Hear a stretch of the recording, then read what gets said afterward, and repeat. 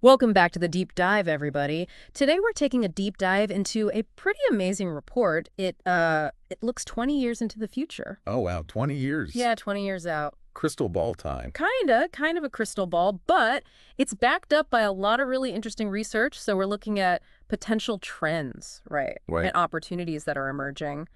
And this report, it covers a lot of ground, a lot of areas. We're talking technology, demographics, the whole global economy, how it might shift, Awful shebang. the whole shebang. Wow. And we've got things like AI in here, robotics, biotech, oh, and even space exploration. It's in there too. That's exciting. It's really interesting stuff, but we know your time is valuable, and that's kind of our mission here today, right? Easily. To distill this all down, to give you the key takeaways so you can really understand what's on the horizon, what's important, and how you can maybe even position yourself for the future. Sounds good. So let's dive in. We're going to start with the tech revolution that's already underway.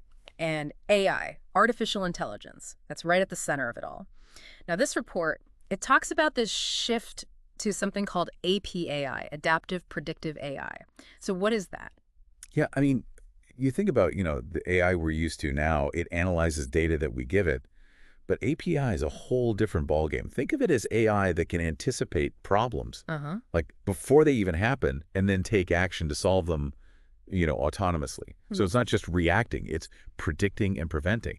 That could have huge implications, like in supply chains, healthcare, all sorts of areas. Imagine preventing a health issue before you even know you have it. Wow, so it's like AI taking on a much more proactive role. Yeah, exactly. Proactive, autonomous, really game-changing stuff. That's wild. Okay, now alongside that, we've got these instant multimodal AI avatars popping up and real-time language translation that's getting really, really good. Yeah, I mean, you're talking about breaking down communication barriers like never before. Right. Imagine like having a conversation with someone across the globe, and it feels like you're in the same room with their AI avatar right there with you. Wow. And the language barrier, gone. That's going to revolutionize the way we connect globally. So it's not just about understanding what someone's saying, it's that whole visual interactive experience. Exactly. It's a whole new level of digital immersion and connection. Okay, so healthcare, huge area for AI, and the report really dives deep into this, talking about predicting health issues early on, even before symptoms show up. Right. Advancements in cancer research, better early disease detection. It seems like we're moving towards a much more proactive, personalized approach to healthcare. Absolutely. And this is driven by AI's ability to analyze massive amounts of data, like from our genes, our lifestyle, our medical history. It can spot patterns and identify risks that humans might miss. And this is crucial, especially as our population ages. Early detection and prevention will be key to managing healthcare costs and improving outcomes. Right, and this is already starting to happen. The report mentions Viz.ai, a company using AI to analyze brain scans and detect strokes much faster. That can be the difference between life and death. Yeah, exactly. And that's just one example. This is going to touch every aspect of healthcare, from diagnosis to treatment to how we manage our own health. It's a really exciting time in medicine. It is. Now, this next one, this sounds pretty futuristic. Neurocomputer interfaces, NCIs. Yeah, NCIs. What are these exactly? Well, basically, it's the ability to connect our brains directly to computers. Still in early stages, of course, but there's a lot of research happening. Right. DARPA's got its brain initiative, and companies like Neuralink are making some pretty impressive strides. And the report, it talks about this near-term integration of NCIs with AI. And even longer term, maybe by 2045, direct human control of advanced robotics. That's mind-blowing. It is. And it's probably one of the most potentially transformative technologies out there. Think about people with paralysis, regaining mobility, controlling prosthetic limbs with their thoughts. Or imagine being able to operate complex machinery or even explore dangerous environments remotely, all through a brain-computer interface. It could revolutionize how we interact with technology and the world around us. So this is really about augmenting human capabilities, pushing the boundaries of what's possible. Exactly, taking us beyond our physical limitations. It's both exciting and a little bit daunting. It is. It is. Yeah. Okay, so let's shift gears a little bit and talk about jobs, because obviously AI is going to have a huge impact on the job market. And the report presents these contrasting views. Some experts are worried about mass job losses. Others are more optimistic about new jobs being created. What's the key takeaway here for our listeners? It boils down to adaptability. AI will definitely automate certain tasks, Hmm. since some jobs will inevitably be displaced. But it's also going to create new roles, new opportunities, and change existing jobs. So the key is to be adaptable, to be willing to learn new skills, to embrace change. And I think focusing on those uniquely human skills, things like creativity, critical thinking, complex problem solving, those will be absolutely vital. So it's not just about like technical skills, it's about those higher level cognitive skills. Exactly. Those are the things that AI can't replicate, at least not yet. Not yet. And the report, it actually highlights this pretty interesting statistic from Pew Research showing that 64% of Americans are pessimistic about AI's impact on jobs. Mhm. But on the flip side, 73% of AI experts are optimistic. They see it as having a positive impact, boosting productivity, things like that. So where's the disconnect?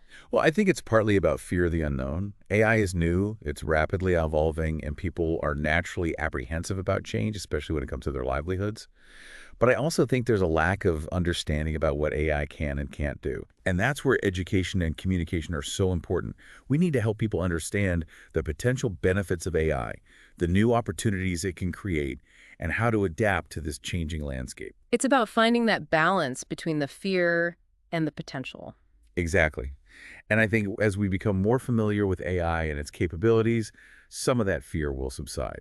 Now, you mentioned new opportunities, and this report actually dives into how AI is already changing certain fields, like software development. It's being used to generate code, verify it, test it even. Yeah, it's pretty amazing, actually. It is, and this is leading to questions about, well, what does the future of software development look like? Right. I think what we're seeing is a shift in focus. Rather than spending hours writing every line of code, developers can now leverage AI tools to do some of the heavy lifting. So they can focus on higher level tasks like designing complex systems, solving problems, and creating innovative solutions. It's about working smarter, not harder. So it's like AI is becoming a partner in the development process. Exactly. A powerful tool that augments human capabilities. And that's a trend we're likely to see across many industries. Now, all this advanced AI, it needs serious computing power to run, and the report talks about this growing demand for specialized AI chips. Why is that so important? Well, these specialized chips are specifically designed for the unique demands of AI workloads. They're optimized for things like matrix multiplication and parallel processing, which are essential for AI algorithms. And that means much better performance, higher efficiency, and ultimately lower costs for running AI applications. So it's not just about using any old computer, it's about having the right hardware to really unleash the potential of AI. Precisely. And we're seeing a lot of investment in this area, both from established tech giants and from new startups specializing in AI hardware. Okay, last point on AI, and this is a big one. The report highlights this increasing focus on AI ethics and regulation. Yeah, that's crucial. Why is this a key trend to watch? As AI becomes more powerful, more pervasive, it's essential that we have clear guidelines and regulations in place to ensure its responsible development and use. We need to address concerns about bias in algorithms, potential job displacement, privacy implications, even the potential for AI to be misused. So governments around the world are starting to grapple with these issues, developing frameworks for ethical AI development and deployment. And this is something that's going to be debated and refined for years to come. It's almost like we're trying to stay ahead of the curve, right? We have to. We need to anticipate the potential consequences of powerful technologies and put safeguards in place to mitigate those risks. It's about ensuring that AI benefits humanity as a whole and doesn't create unintended negative consequences. Okay, let's move on to robotics, another rapidly evolving field. In this report, it paints a picture of a future where robots are becoming much more integrated into our daily lives, even in our homes. We're talking about robots managing things like heating, lighting, security, maybe even doing chores.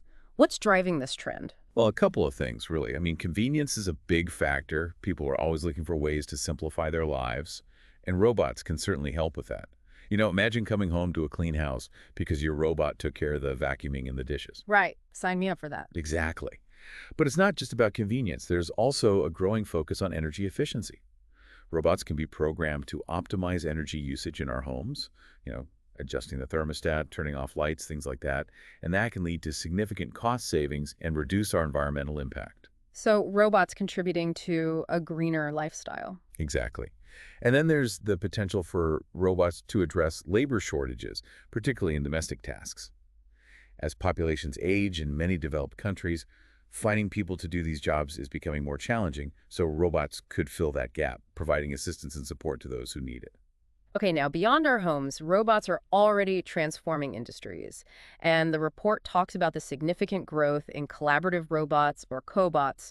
What's the advantage of this approach? Well, unlike traditional industrial robots that are often isolated for safety reasons, cobots are designed to work safely alongside humans. They can handle repetitive or dangerous tasks, freeing up human workers to focus on more complex, value-added activities.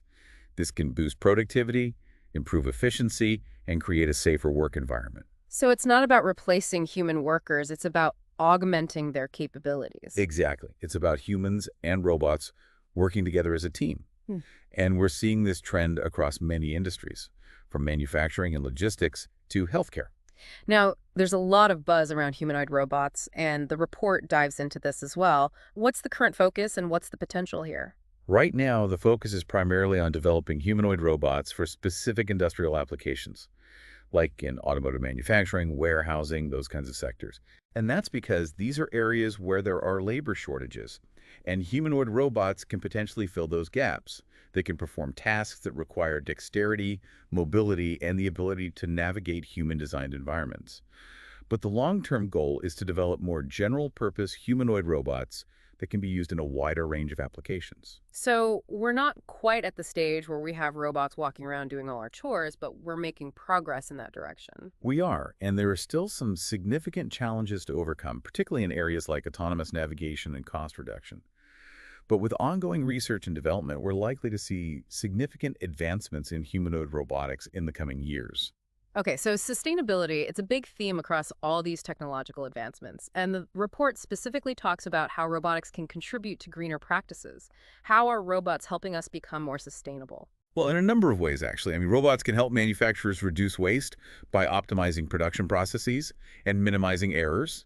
They can increase energy efficiency through things like lightweight design and more efficient motion control.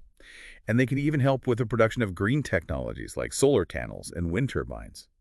So robots are playing a role in making our industries more sustainable, and that's only going to increase in the future. It's like using technology to solve the problems created by technology. Exactly. We need to use all the tools at our disposal to address climate change and create a more sustainable future. Now, looking even further ahead, this report talks about the potential for drone delivery and delivery robots becoming much more commonplace. What's the likely time frame for that? I think we'll likely see drone delivery in certain areas within the next few years, for things like package delivery, medical supplies, that kind of thing. But for delivery robots to become a regular part of our lives, Yeah. that's probably a bit further out, maybe within the next 15 to 20 years, especially in wealthier countries. And what skills will be most important for people who want to work in this field? Expertise in autonomous systems will be crucial. Robotics engineering, logistics, AI, those are all areas that are going to be in high demand. So start learning now, folks. Absolutely. The earlier, the better. Okay, last thing on robotics, and this one's pretty intriguing. Swarm cooperative robotics. What is this? Basically, it's the idea of having groups of robots working together in a coordinated way to achieve a common goal. Think of it like a flock of birds or a school of fish, but with robots. Wow. And this has some really interesting potential applications, particularly in areas like warehouse automation, where you might have dozens or even hundreds of robots working together to move and sort packages. But it could also be used in disaster response, where swarms of robots could be deployed to search for survivors or assess damage. And even potentially in environmental projects, right? Exactly. Imagine swarms of robots working together to clean up pollution or plant trees. The possibilities are pretty vast. So it's not just about individual robots, it's about how they can work together as a collective. Precisely. And that requires expertise in areas like multi-agent systems, artificial intelligence, and robot control. It's a really exciting field with a lot of potential. Okay, let's switch gears again and dive into the world of biotech, which is moving at an incredible pace. And one of the most talked about areas is gene editing, specifically technologies like CRISPR-Cas9. Now, we've all heard about this, but what's the real significance? What's the potential here? This is huge, really. The ability to precisely edit genes to correct genetic defects, it has the potential to revolutionize medicine. We're talking about potentially curing genetic diseases that were once considered incurable, Right. developing entirely new cancer therapies, even advancing our understanding of disease at the most fundamental level. Hmm. And we're already seeing this translate into real-world applications. There are ongoing clinical trials using CRISPR to treat diseases like sickle cell anemia, and the first CRISPR-based gene therapy has already been approved for use in humans. So this is not just science fiction. It's happening now. It is, and the pace of progress is only accelerating. As we develop more sophisticated gene editing tools and refine our understanding of the human genome, the possibilities are almost limitless. It's really an exciting time to be in the field of genetics. It is. It is. Okay, now, beyond medical applications, the report talks about this huge economic potential of something called biomanufacturing. What is that exactly? Well, biomanufacturing is basically using biological systems, like cells and enzymes, to produce a wide range of materials and chemicals. Think of it as a more sustainable and efficient way of manufacturing things. So instead of relying on traditional chemical processes that often generate a lot of waste and pollution, we can use biological systems to create things like bioplastics, biofuels, even biopharmaceuticals. So it's like harnessing the power of nature to create new products. Exactly. And this has enormous potential, both from an economic and an environmental perspective. It could revolutionize industries like manufacturing, agriculture, and healthcare. So we're talking about a more sustainable, bio-based economy. Precisely. And that's a trend that's only going to gain momentum in the coming years. Now, another big trend in biotech is personalized medicine, which is really about tailoring treatments to individual patients based on their unique genetic makeup. How is this changing healthcare? I mean, this is a paradigm shift in how we approach medicine. Traditionally, we've had this one-size-fits-all approach, where everyone with the same condition gets the same treatment. But with personalized medicine, we're moving towards treatments that are tailored to the individual patient, based on their genes, their lifestyle, their environment. And this can lead to more effective treatments, fewer side effects, and better outcomes overall. So it's like moving away from that one-size-fits-all model to something that's much more precise and targeted. Exactly. And this is made possible by advances in DNA sequencing, big data analysis, and artificial intelligence. So it's about using technology to understand our individual biology and tailor our healthcare accordingly. Precisely. It's a really exciting field with enormous potential to improve human health. Now, we can't talk about biotech without mentioning mRNA technology, which really came to the forefront during the pandemic with the development of mRNA vaccines. What are the possibilities beyond vaccines for this technology? The success of mRNA vaccines has really opened up a whole new world of possibilities. It's shown us that we can use mRNA to deliver genetic instructions to cells, essentially telling them to produce specific proteins. And this can be applied to a wide range of therapeutic areas beyond just vaccines. Like what? Well, for example, we could use mRNA to develop gene therapies for genetic diseases where we could deliver a functional copy of a gene to correct a genetic defect. Wow. Or we could use mRNA to target specific proteins involved in cancer, developing more targeted and effective cancer therapies.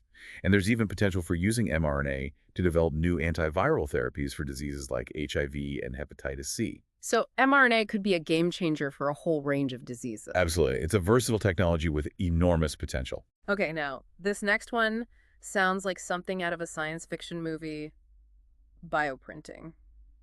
What is this exactly, and what are the potential applications? Bioprinting is essentially 3D printing, but instead of using plastic or metal, we're using living cells to create biological structures. Wow, so we're talking about printing tissues and organs? Potentially, yes. I mean, the long-term goal is to be able to print fully functional organs for transplantation, but that's still some way off. In the nearer term, we're likely to see advances in tissue engineering, where bioprinting can be used to create tissues for wound healing, drug testing, and even disease modeling. So it's about creating living structures that can be used for medical research and treatment? Exactly. And this has the potential to revolutionize healthcare, from personalized medicine to drug development to organ transplantation. It's a rapidly evolving field with a lot of exciting potential. Okay, lab-grown food. This is another one that's been getting a lot of attention lately. What's driving this trend, and what's the potential impact? I think the main driver here is sustainability. Traditional agriculture has a huge environmental footprint.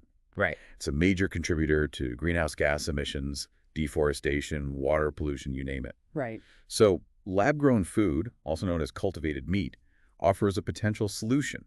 It's about producing meat directly from animal cells, without the need for raising and slaughtering animals. And this could significantly reduce the environmental impact of meat production while also addressing concerns about animal welfare. So it's about creating a more sustainable and ethical food system. Exactly. And while it's still early days for lab-grown meat, there's been a lot of investment and innovation in this space, and the technology is rapidly advancing. So we could see lab-grown meat becoming more widely available and affordable in the coming years. It's definitely something to watch. Okay, last one in biotech, and this one's pretty mind-boggling. Synthetic DNA for data storage. What's the long-term vision here? Well, DNA is incredibly efficient at storing information. I mean, it's how nature stores the blueprint for life. So the idea is to use synthetic DNA to store digital data. Like our photos and videos and documents. Exactly, everything. Yeah. And because DNA is so dense, you could potentially store vast amounts of data in a tiny space. Think of it like having a data center the size of a sugar cube. Wow. But there are still some challenges to overcome, particularly in terms of cost and speed. Writing and reading data from DNA is still relatively slow and expensive. But there's been some exciting progress in this area, and some experts believe that DNA data storage could become commercially viable within the next decade or two. So it's a long-term play, but with potentially huge implications. Absolutely. It could revolutionize how we store and archive data, especially as we generate more and more data every year.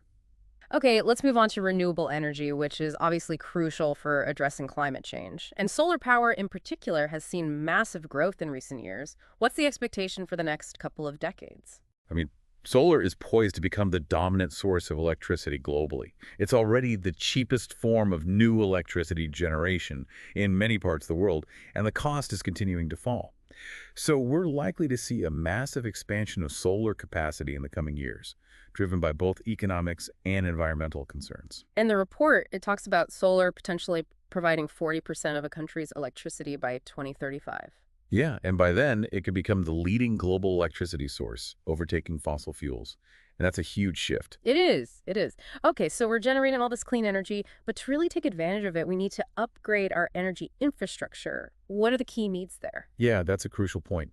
We need to invest heavily in expanding and modernizing our electricity grids to accommodate the influx of renewable energy.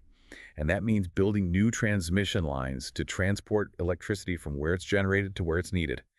It also means investing in energy storage solutions like batteries to help manage the intermittency of renewables like solar and wind, which don't produce electricity constantly. So it's not just about generating clean energy, it's about having the infrastructure in place to distribute it effectively. Exactly, and that's going to require significant investment from both governments and the private sector. Now, along with solar, offshore wind power is also gaining momentum.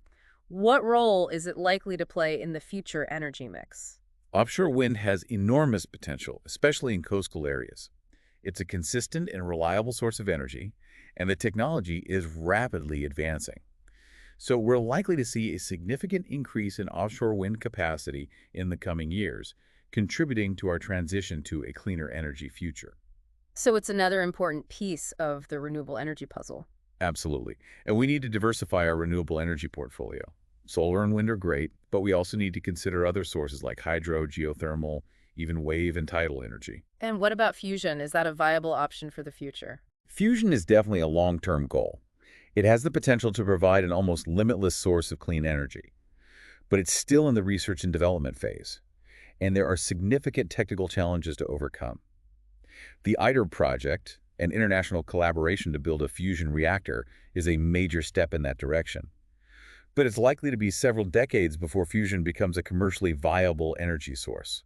Okay, so diversification is key, and we need to keep investing in research and development to explore all our options. Absolutely.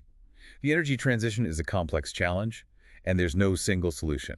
We need to take a multifaceted approach. Now, this report, it also emphasizes the importance of electrifying transportation and buildings. What does that entail? Well, it means transitioning away from fossil fuels in our cars and trucks and in our homes and businesses. So we're talking about wide-scale adoption of electric vehicles, electric heating and cooling systems, things like that. And that's going to require significant changes in infrastructure and technology, right? It will. We need to build out a robust charging infrastructure for electric vehicles, develop more efficient and affordable batteries, and improve the energy efficiency of our buildings. So it's a big undertaking, but it's crucial for reducing our carbon footprint. It is, and it's also an opportunity to create new industries and jobs in the clean energy sector. Okay, let's touch briefly on space exploration, which is another area that's seeing a lot of activity and innovation.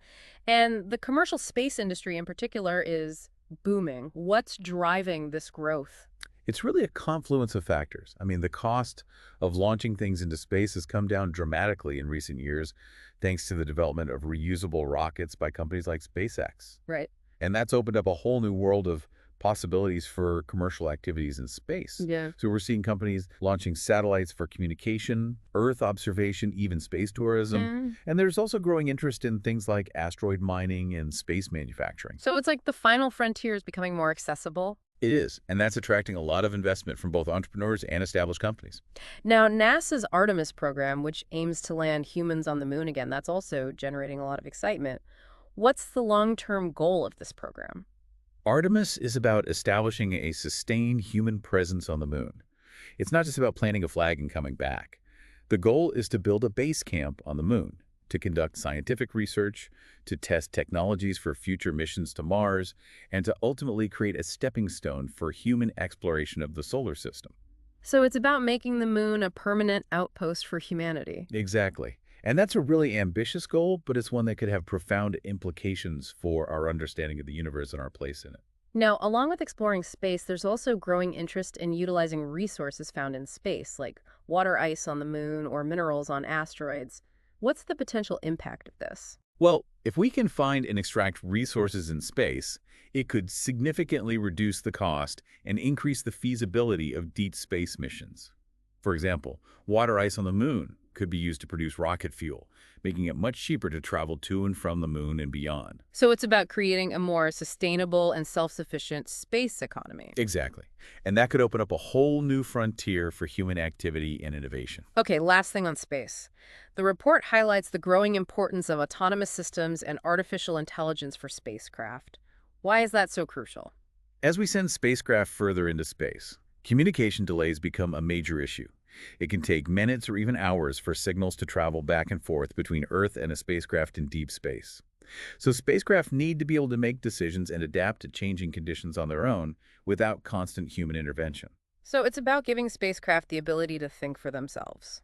In a way, yes. And that's where AI and autonomous systems come in. They can analyze data, make decisions, and control the spacecraft's actions, even in situations where communication with Earth is limited or impossible. So it's essential for more ambitious and complex space missions. Absolutely. And we're seeing this trend already with missions like the Mars rovers, which have a high degree of autonomy. And as we explore further into space, AI and autonomy will become even more critical. Okay, so we've covered a lot of ground here, from AI and robotics to biotech and renewable energy to even space exploration. And all of these technological shifts are happening alongside some major demographic changes, specifically an aging global population. And this is going to put a lot of pressure on healthcare systems around the world. How is technology being used to address this challenge? I mean, technology is playing a crucial role in helping us manage the healthcare needs of an aging population. We're seeing AI being used to develop more accurate and efficient diagnostic tools, to personalize treatments, to monitor patients remotely, and even to assist with surgery. And digital health devices are becoming increasingly sophisticated, allowing people to track their health data and share it with their doctors. And then there's the growing field of telehealth, which allows people to access healthcare services remotely, reducing the need for in-person visits. So technology is helping us to make healthcare more efficient, more accessible, and more personalized. Exactly. And that's going to be essential as the demand for healthcare services continues to grow. Now, an aging population also means a changing workforce. What skills are going to be most important for the future workforce, given all these technological advancements we've been talking about? I think the ability to adapt and learn new skills will be paramount. Technology is changing so rapidly that the jobs of the future may not even exist yet. So we need to equip people with the foundational skills that will allow them to learn and adapt throughout their careers. And that means things like critical thinking, problem solving, creativity, communication, collaboration, those kinds of higher level skills. But it also means having a strong understanding of digital technologies like coding, data analysis, artificial intelligence. Those are all going to be essential. So it's about finding that balance between those core human skills and those technical skills. Exactly. And it's about fostering a lifelong learning mindset because the only constant in the future is change. Now, the growing elderly population also creates a need for more elder care services. How might technology be used to assist with that? Technology has the potential to play a significant role in elder care, both in terms of providing care and improving quality of life. We're already seeing robots being used to assist with tasks like bathing and dressing and to provide companion